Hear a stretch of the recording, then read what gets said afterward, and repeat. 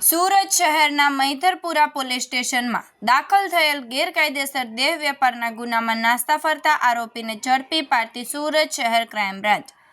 Police commissioner Shri Surat શહેરનાઓએ સુરત શહેરમાં કાયદો અને વ્યવસ્થા જળવાઈ રહે તે અનુસંધાને લાંબા સમયથી નાસ્તા ફરતા આરોપીઓને શોધી કાઢી જેલ હવાલે કરવા માટે ક્રાઇમ બ્રાન્ચને સૂચના આપેલ. જે અન્વયે ક્રાઇમ બ્રાન્ચની અલગ અલગ ટીમો વર્કઆઉટમાં હતી. તે દરમિયાન આજરોજ વાહન ચોરી સ્ક્વોડની ટીમને ટેકનિકલ સર્વેલન્સ અને હ્યુમન સોર્સિસના આધારે મળેલ ચોક્કસ બાતમી હકીકત આધારે રાંદેર ઉગત કેનાલ રોડ વીર સાવરકર હાઇટ્સના ગેટની સામે જાહેર રોડ ઉપરથી ગેરકાયદેસરના દેહ વેપારના ગુનામાં નાસ્તા ફરતા આરોપી અમિત ઉર્ફે વિક્કી બિશ્વનાથ શાહને ઝડપી પાડી કાયદેસરની કાર્યવાહી કરેલ છે.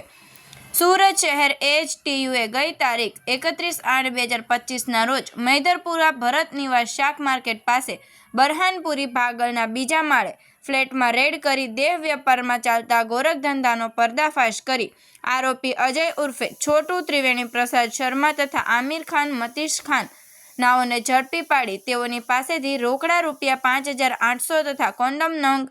1,808, મોબાઈલ નંગ 2 મળી કુલ કિંમત ₹19,800નો મુદ્દામાલ કબજે કરી સંચાલક વિક્કી નામના ઈસમને વોન્ટેડ જાહેર કરી મૈધરપુરા પોલીસ સ્ટેશનમાં ગુનો દાખલ કરેલ હતો. જે ગુનામાં પડદા પાછળનો મુખ્ય આરોપી અમિત ઉર્ફે વિક્કી આજ દિન સુધી પોતાની ધરપકડ ટાળવા માટે નાસ્તો ફરતો હતો, જેને આજ રોજ ઝડપી પાડી વધુ તપાસ અર્થે મૈધરપુરા પોલીસ સ્ટેશનમાં સોંપવા તજવીજ હાથ ધરેલ છે.